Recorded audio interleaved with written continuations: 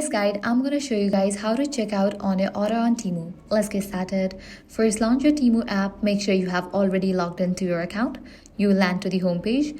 Now here you're going to find different items. You can scroll down and check out the items. Select the item that you want to purchase, or also you can search for a specific item. At the top, you're going to see the search box. Once you select the item, you'll need to select the details for it, quantity, likewise size and color, then add it to the cart. Once you are done, you can navigate to the cart page. For that, click on the option cart given at the bottom right. In this page, you're going to find the list of the items that you have added to cart. From this list, select the items that you want to purchase right away and then click on checkout. Now you'll need to fill this. Provide your shipping details. Likewise, select the payment method. Select the shipping method.